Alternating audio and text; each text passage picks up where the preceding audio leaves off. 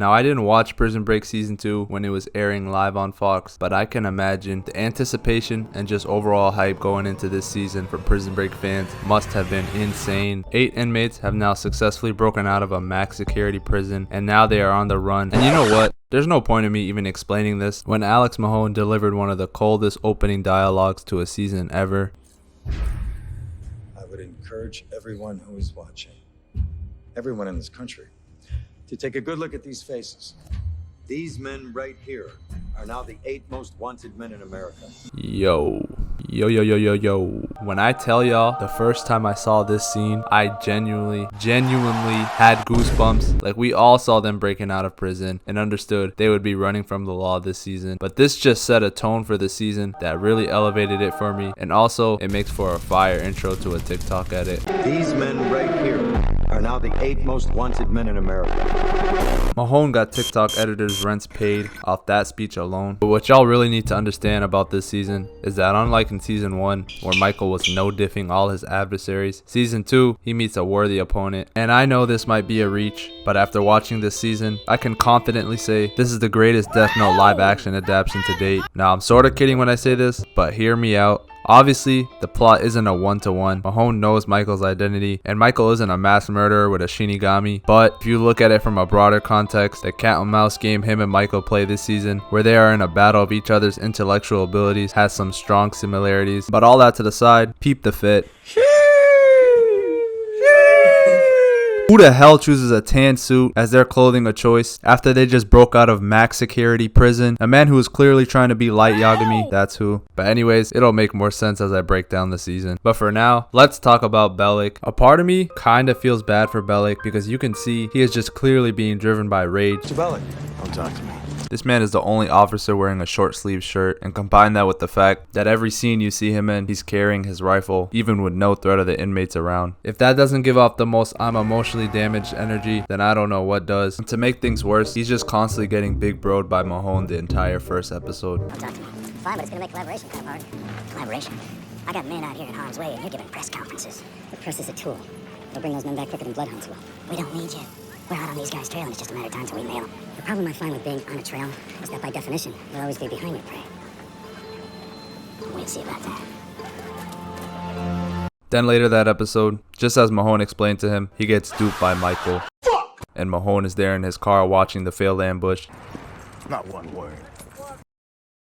And in this same scene, we get a glimpse of how smart Mahon really is, because just off of looking at an officer's name tag, he realizes that the place where Michael and the inmates went wasn't an address, but the name of someone's gravesite. So Mahon heads over to the gravesite to try and catch them, and he would have been too late if Michael didn't stop and stare him down. Hey! And I think this was the first time in the entire show where I can say Michael actually took it personally, because his thought-up diversion got sawed through. But I really do love how as the season goes on, they show us how personal these two take this cat and mouse game. Mahon in the first episode already figured out that his tattoos actually have a meaning behind them, and he visits his apartment and basically walks through Michael's whole life and plan to break his brother out of prison.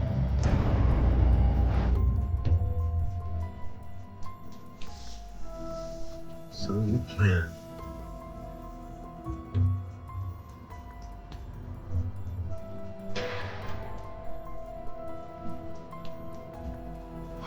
Escape this till you get it right. Every single hour.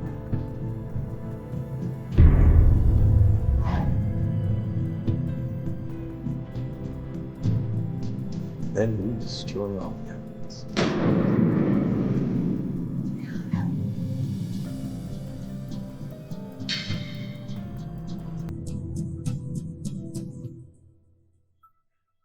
I want divers down in the river.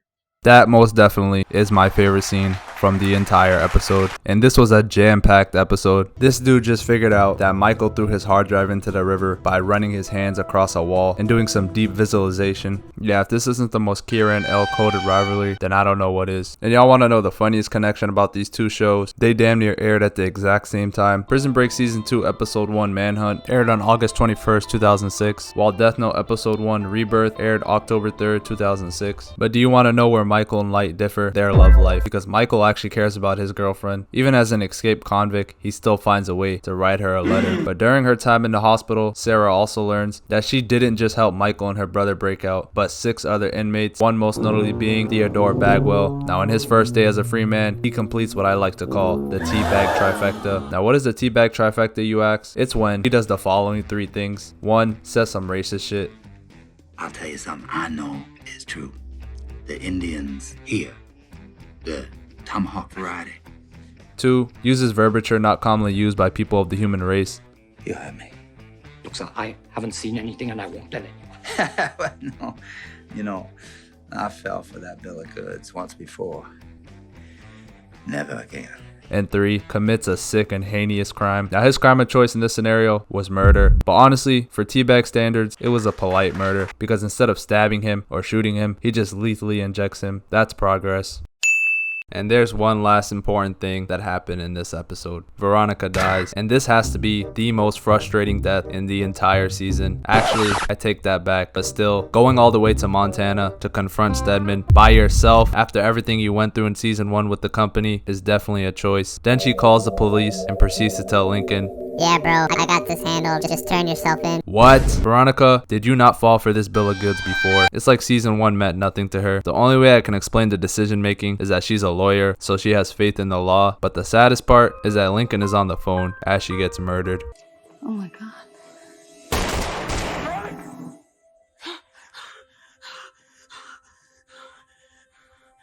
So now Nick and Veronica have both been dealt with, and there's only one civilian connected to Lincoln Burrows that's alive, LJ. And as we learned from season 1, he's being framed for the murder of his mom and stepfather. And all I can say is well, like father, like son.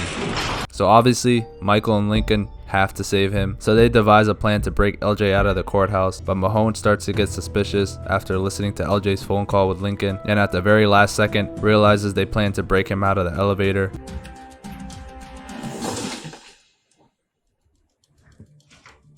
I'll escort the boy. But even with Mahon in the elevator, they hold him at gunpoint with a fake gun and get Mahon's real gun. So you're thinking, okay, this is gonna work. But you have to remember, this family is cursed. So Lincoln somehow drops the fake gun in the elevator, and Mahon is like, wait, y'all are just bluffing, and pulls LJ down. And Michael tries his best to act like he's gonna shoot him, but Mahon knows he's not. You're not shooting anybody, neither are you.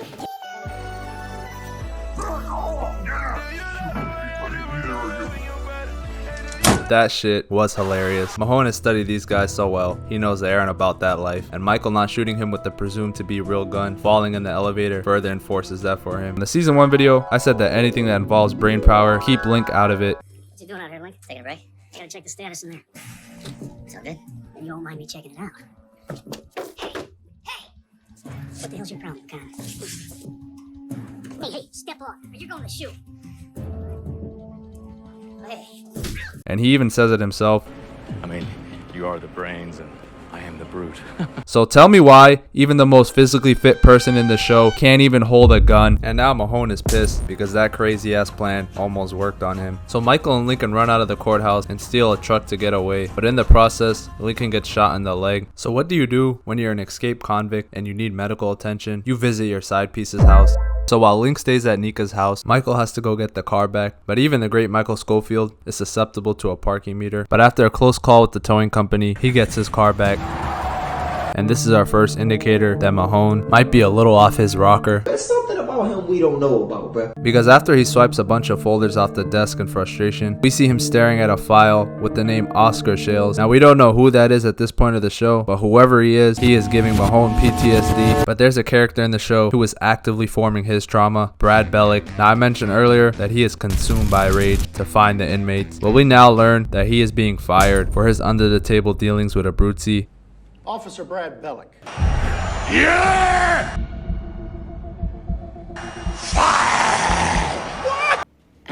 I've worked at Fox River. Ever had a dream? Since I was 18 years old. Being a CO is my life. And we appreciate that.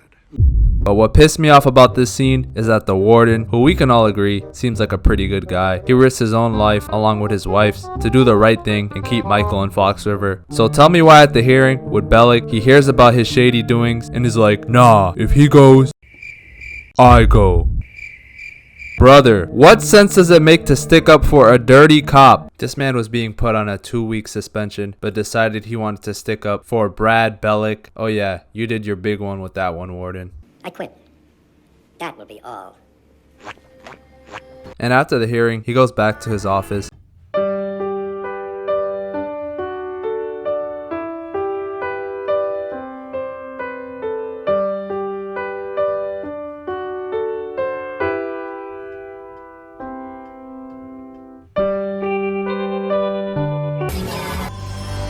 Destroy all remnants of your ex.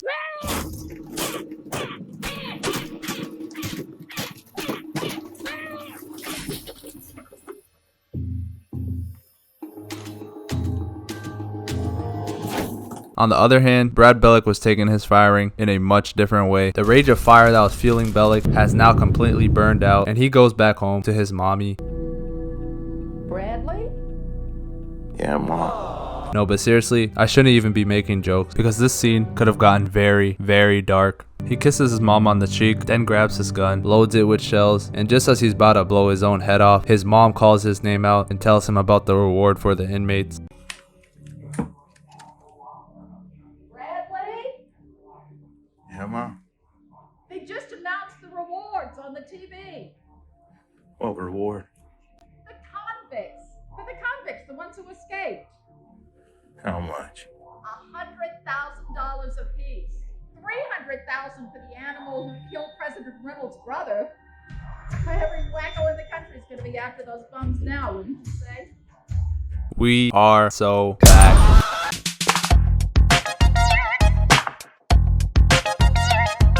So now Bellick heads to the gas station before he sets off on tracking the inmates, but then he runs into Roy, the cop that snitched on him in Fox River. Are you aware of any arrangement Officer Bellick had with any inmate regarding prison industries? Yeah, he sold it to John Abruzzi. John Abruzzi, who was one of the escaped convicts.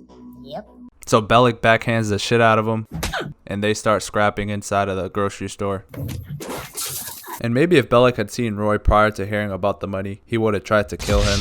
But instead, after the scuffle, him and Roy form a team to hunt down the inmates. And after shaking down Sucre's cousin, they learn about the money in Utah. So now, Bellick, Roy, Teabag, Tweener, Nino, Sucre, Michael, and Lincoln are all heading towards Utah. But before they set out, Michael and Lincoln fake their deaths by purposely giving away their location so Mahon can track him right to where they set up the car explosion.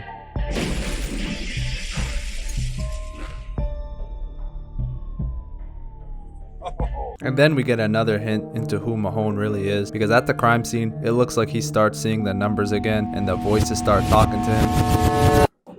Shells. Huh? And the other cop is like, what the fuck is he talking about? Schofield.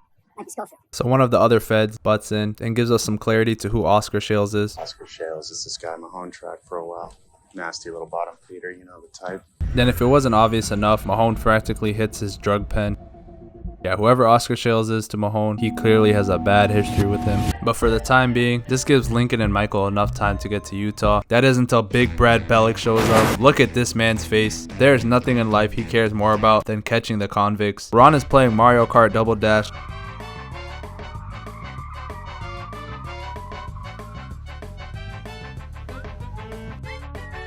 While Bellick menacingly stares into Lincoln's soul, and they eventually capture Lincoln, Michael, and Nika. But I gotta give Lincoln his credit, because while they're being forced into the car, he secretly flattens one of the tires. Maybe all he needed was a little time away from being in confinement for his brain to start working. But thanks to Link, they have to pull over, and Roy has to go back into town to get a spare, while Bellick takes them to a nearby shed. And gun to your head right now, I want you to choose which inmate is going to die in this episode, because this episode is called First Down, so you know one of the inmates is dying. So is it A, Michael or Lincoln, who are being held at gunpoint? B, Teabag, who's currently committing stolen valor to escape interrogation from a cop? What were you, Army? Hell no. Call. Know that. Semper Fi, brother. What outfit were you? 196. 196? Never heard of it. Where are they out of? Hey, Sarge! No, man, he's nothing. Found these in his knapsack. After he said he had no car. Now I know Teabag has done some heinous shit in the past, but committing stolen valor... What the hell is that stolen valor, buddy? I'm sorry. That's a little disrespectful, bro. You're not in the military, buddy. I'm not trying to be in the military. I'm like a big military guy. That's not something you should be happy about. It's disrespectful as hell, buddy. Oh yeah, this man is pure evil. Semper Fi, brother. Semper Fi. C-Note was just casually jumping out of moving trains.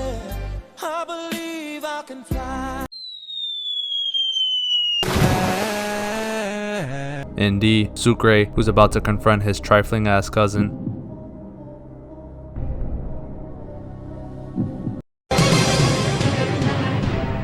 Now, if you chose A, B, C, or D, you would be wrong, because the first person to go down is John Abruzzi. Yes, the man with the mafia behind him, money, and a surefire plan to leave the country. That John Abruzzi. And the reason he gets taken out first is because of Fibonacci. Fibonacci's in D.C. Yeah, and he's in Denver, Atlanta, Miami. No. This time it's for real. I don't know if that's like a sleeper cell signal for John. Kill John Lennon. Kill John Lennon. But anytime he hears this man's name, he just activates. And with his 2 kids right in front of him and his wife literally smacking sense into him, he goes after Fibonacci. And the thing that really makes me mad is he could have at least played it safe and had someone capture Fibonacci, but no, he has to go all the way to DC and look for Fibonacci inside that hotel himself. Don't let me leave, Murph. Don't let me leave, Murph. No!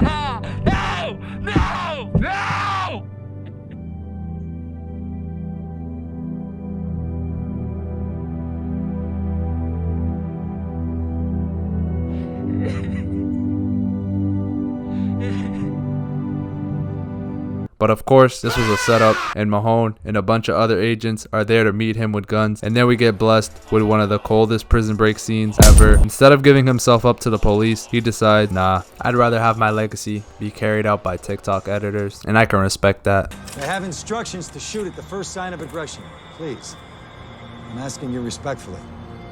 Drop the weapon, kneel, and put your hands on your head. I'm about to end this man's whole career. Kneel only to God. Write that down! Write that down! Don't see him here.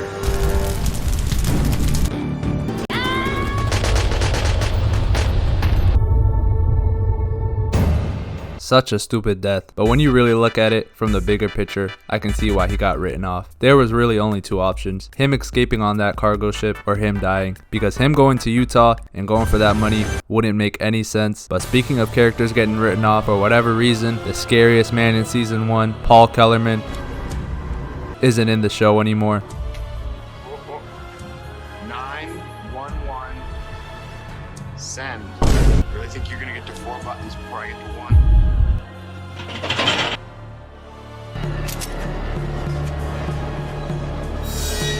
Hear that? You know what that means? I'll be asking Mom what it means. Oh, I'm sorry. You might have trouble getting an answer out of her right about now, huh? Judy, it's a real pleasure. Thank you. And that just may have been the best ST I've ever met.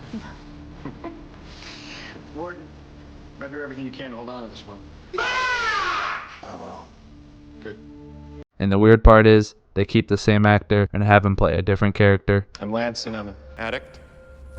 Hi, Lance. Shout out to Lance, because he's probably the most positive influence in Sarah's life so far in the show. And we don't have to worry about him breaking her heart like Michael, because he's married to a man named Daniel. Okay, seriously though, this nigga Kellerman is crazy. Of all the names you could choose for your imaginary gay lover, you choose Daniel, your partner and friend from the academy that you slime out in season 1. Yeah, Sarah is in grave danger. But you know who's not in grave danger? Michael and Lincoln, because just like in Fox River, they outsmart Bellic, tie him up, and escape. Now they just have to go to Utah, but not before Michael learns a valuable dating lesson. If you're gonna have a side piece, you better put the work in, or you're gonna get a gun pulled out on you. And again, I can't believe I'm saying this, but Lincoln saves the day by unloading the clip from the gun prior to Nika taking it. And I know I made the comparison between Michael and Mahon having the Light and L rivalry, but the way Michael treats Nika, he might actually think he's Light Yagami. Because if you watch Death Note, you know that Light has a girlfriend named Misa, and he treats her any way he wants, and she still always helps him, no questions asked. But this is the real world, and when your side piece sees you calling another woman, immediately after she just helped you break free from being kidnapped, yeah, she's gonna feel a type of way. But fast forward, and now Lincoln and Michael are finally in Utah. And after some formalities with Tweener and Teabag, Son of a bitch is still alive. Hey, Freddy! Hand over the map. What? The map. Hand it over. He told you I had it? Meanwhile, yeah, you can't give Teabag this much time to load up his special move of eating any object that has importance because it's very broken. Mind you, the scene before this, he was chewing down on chips, so his diet this episode consisted of an old map and cheese puffs. Nice. But this forces them to have to work together, and they find the location of the money, but it's been built over by houses. So now they pose as electrical workers to get inside this woman's house and dig up the treasure. And for the first time this season, Michael has to activate his ISO ability. Supervisor called and said he wants me and my crew to get over here and fix that problem double quick. Double time. So, you're not with the electrician? No, ma'am. Now, feel free to call your company. But I should tell you, all they'll do is send over some tech, maybe tomorrow, if you're lucky. And he'll spend a whole day trying to find the problem and another day trying to fix it. But we're here right now. We're ready to turn your juice back on. What kind of shot is that? Have you ever shot that shot? We're ready to turn your juice back on. Do you work on that shot? Juice? That's right. Juice? That's right. I swear you'll never see anything like this ever again! But then Sucre and C-Note show up, and all I can say is you can take the prisoner out the jail, but you can't take the jail out the prisoner, because we got a recreation of the PI room, all the inmates digging while someone distracts. Only problem is the person distracting is Teabag, and he's by himself with a female, so he tries to sweet talk her, and he thinks it's working, but in reality, she just wants Lincoln. That big guy, the strong guy that doesn't speak much. Would you go in there and ask him if he would like to have a drink with me after he punches out? Please. Excuse me, what's your name? I don't have a name. Yeah, if you thought we were about to get a Teabag trifecta, I don't blame you. Not only did he get swerved, he said I want your coworker, but surprisingly, Teabag doesn't do anything to her until her daughter, who's also a cop, shows up. So now they have to hold both of them hostage as they dig for the money. And while all of this is happening, Mahon is given the green light to kill any of the inmates he captures. So of course, Tweener is the first person who gets captured by Mahon. Drop to your knees. A fucking baseball card. Like I mentioned it last video, but it really hit me this episode when Mahon is striking a deal with him and he mentions in 4 years he can get out at the age of 22. Yeah, Tweener might have the saddest storyline. He's a teenager getting booked into Fox River for a baseball card. Then he has to deal with like the craziest people in the entire show. First Teabag, then Avocado, and now Mahon with like 25% of his sanity left.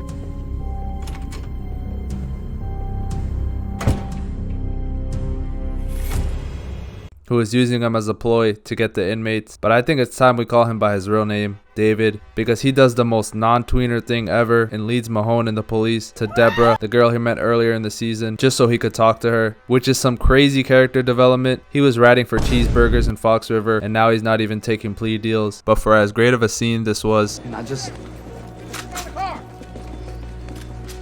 wanted you to know, alright? So I'm gonna be writing to you. I sure as hell hope that you write back. this was a bad idea because Mahon's sanity is slowly fading as each episode goes on, and he takes him to a secluded area and starts talking about Oscar Shales, which means he's gonna kill him. I'm not gonna roll on those guys.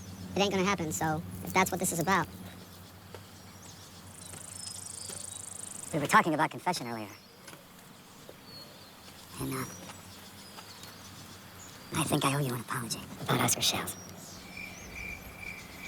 This murder just kept pushing at me. I snapped right there.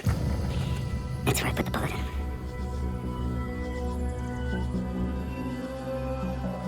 I don't care about none of this. The mistake about that is that forensics will tell the whole tale. Powder burns. The gun was right against his head. Yo, sir? I think we should go back to see, that's what's good about confession, you know, because you say something, you get it off your chest, and it just goes out there into the whole world, and I'm so sorry about this, kid, because I really hope you understand. Yo, I got nothing against you, kid. Yeah, this is the saddest death in the entire season. Like, I didn't even care for him much in season 1, but he has no crazy past or major crimes committed, and he gets the putting down the old dog treatment from Mahon. R.I.P. Tweener. But in better news, LJ gets released from jail in the creepiest way possible. It is hot as hell in this funky ass, hot ass room I'm in. Is that the Grim Reaper? I swear, I thought that was Kellerman just menacingly staring him down. And LJ probably did too, because why are you locking me in a room with a guy standing ominously behind a glass window? But it was actually someone letting him know he was there to be released. So you know, once Lincoln heard this, he was going straight to LJ. And I gotta give it to Lincoln because he's moving crazy this season. He knows he can't just get to LJ in the open, so he pays a guy to start a fight with him that ends up putting LJ in the hospital. But this gets him away from the company's agents and he's able to drive away with LJ. I think it's safe to say that the brain fog from being kept in isolation has weared off. But for as a heartwarming of a father-son reunion that this is Prison Break. So for one repaired relationship, another has to be broken. And Sarah walks in on her father who has committed suicide. Now, did he actually off himself? No. But Agent Kim has him killed and framed as a suicidal death due to his interest in the Burroughs case. But it doesn't stop there for Sarah, because the agent that killed Veronica shows up to her house to kill her and frame her death as a heroin OD. And all I gotta say is, don't hire a boy to do a man's job. Kellerman is not letting this happen. I'm begging you. One last ride.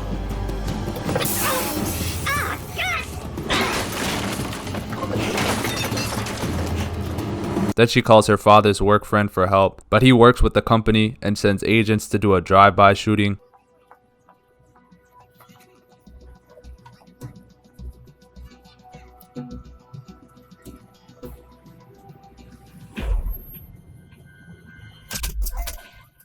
What? I understand the company just does whatever they want, but not even taking a glance at who was at the telephone booth before shooting is crazy. Then Bruce has the audacity to call Sarah and be like, "Where you at?" And Sarah's like, I just got shot at, exactly where I told you where I would be. And Bruce is like, "Damn, that's crazy. So where you at right now?" And even Paul Kellerman, of all people, is like, "Bro, what are we doing? This is sloppy work." But back in the PI room, they find the money. And if you tried to guess who out of the inmates backstabs the group, your last pick would be Sucre. But he does and leaves with the money. But there's no way he would actually double cross his bunk buddy. We figure out it was just a ploy to split the money between both of them, which would have worked if Teabag didn't switch the bags out. If we're talking just craftiness in the midst of chaos, nobody can compete with Teabag, and he now has the entire $5 million in cash. That is until he comes face to face with FBI agents Bellick and Roy. And after some digging, they figure out that Teabag is en route to his ex's house. And to Teabag's surprise, she moved, which is not that surprising because Teabag legit told her face to face he would come after her. I don't think I won't remember what your front steps look like. But Bellick and Roy arrive just in time, and they start torturing him to find the money. Fine, you wanna know where the money is? I did spend a whole bunch of it last night on your mama. Wrong answer. But if there's one thing we know about Teabag, is he can endure a lot of pain. We see his hand cut off and stitched back together in the span of 24 hours. This is just another day for him. So he takes the punishment until he finds the right moment to escape. But in the process, his key to the locker with the $5 million in cash falls out. So Teabag is forced to spam his alt move again and eats the key to the locker that has the money. I'm telling you, under pressure, nobody can make shit happen like Theodore Bagwell. Literally, because they make him shit out the key with laxatives, then leave him there for the police. So with the police inside the home, he has to remove his hand.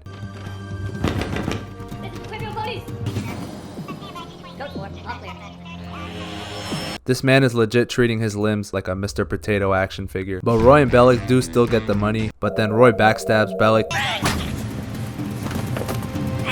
and takes the money for himself. And honestly, we shouldn't even be surprised by this. Roy snitched on Bellick early in the season with a smile on his face. You aware of any arrangement Officer Bellick had with any inmate regarding prison users? Yeah, he sold it to John Abruzzi. John Abruzzi, who was one of his escaped convicts. Yep. And he did that for free. So you're telling me he can add $2.5 million to his net worth? Yeah, this was a no-brainer. But this money has been in possession of like 5 different characters so far, which makes you think nobody's probably going to end up with it. But I want to get into the main plot of the season, because for the first time, Michael Schofield is solo dolo. And after hearing an interview on the TV with Mahon that explains how Mahon is tracking down his every move, he decides to go on the offensive. And let me introduce you to Wayne Merrick. Hi, how are you? So Wayne pulls up on Mahon's ex-wife, Pamela. She folds under zero pressure. He hits her with the... My ex-wife is an agent, and let's just say I know how you feel. Got him. We fucking got him. And she just starts spilling all of Mahon's dirty laundry. But he wasn't always like that. In the first few years of our marriage, he was actually romantic. And then one day, out of nowhere... Out of nowhere what? You said you were scared of him. Why is that? He started acting strange. Started spending all of his time in the backyard gardening, among all things, in the meadows and meat fruit. He'd throw away a pair of shoes if they even got scuffed. But he'd be out there, all covered in dirt and surrounded by these huge bags of fertilizer and lye. He just put this new sod in, and he just tore it off and planted a flower bed. I went out back once to talk to him, and he screamed at me and said not to come near the garden, so that it was his. I'm sorry if you want to take a break. But the craziest part to me is that this goofy ass disguise worked. Her ex-husband is leading the biggest manhunt in the history of the United States, and she can't even identify the mastermind of it. Crazy. But what's even crazier is Michael immediately calls Mahon. Pam, I really can't talk right now. Maybe I should call back. He was so excited to get on the phone with Mahon and just had to let him know he bested him. My damn was late night. King Von was your favorite op? Hell yeah. Okay. Late night, we high as hell on the phone tweaking with each other. Who is this? What's up, broski? Get that, boy. You know when I catch you, you know what I'm gonna do. What you finna do? I'm rich, boy. Boy, you gotta go get some money, boy. How many kids you got now? Oh, Tuki, he offered to cash you out. He offered to see you $5K right now. What's your Western? I'm for stop playing with me. Yeah, I got you, little bro. I'm finna hit you, son.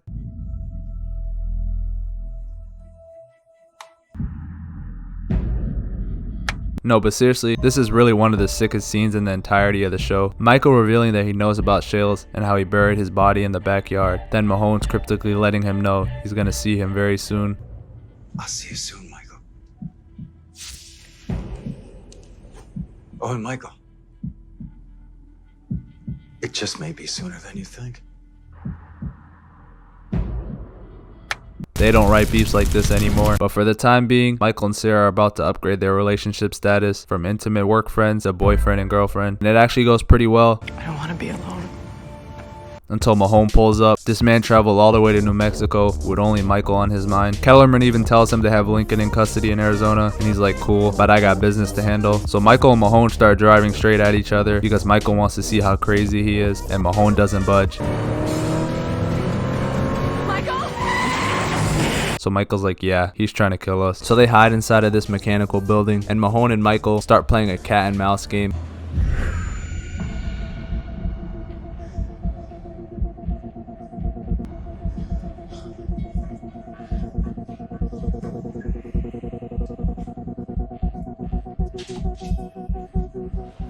And you would think the guy with the gun is the cat in this situation, but no. Michael turns a valve, releasing propane gas into the room so that Mahon's can't fire his gun. Then he traps Mahon in a cage.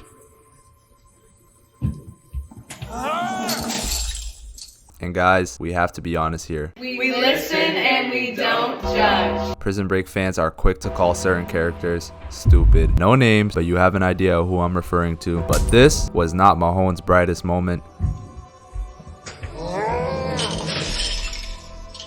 Maybe he needed a drug pen break or something, but walking into an open door fence cage that you simply could walk around on all sides and look through from the outside is not his brightest moment. But on a more serious note, this scene is beautiful. The lead detective in this investigation is the one who's caged up by one of the prisoners and is at his mercy.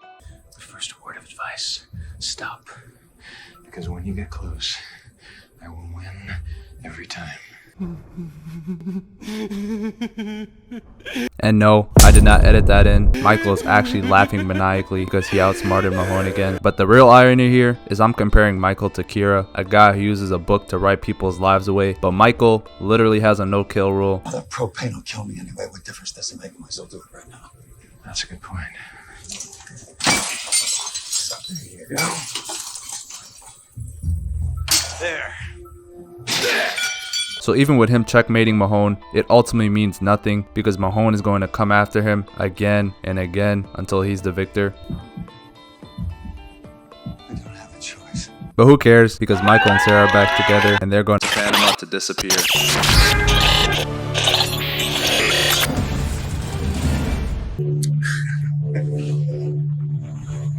Oh shit, I said I was gonna make an hour-long video and I didn't. Nah, I'm actually sorry. Like, I traveled a lot this month, so it kind of got in the way of editing. But Act 2 is dropping Friday, or even earlier if I finish it ahead of time. But let's be honest, it's probably dropping Friday. Anyways, follow my Instagram and TikTok, and thanks for the support on the last two videos.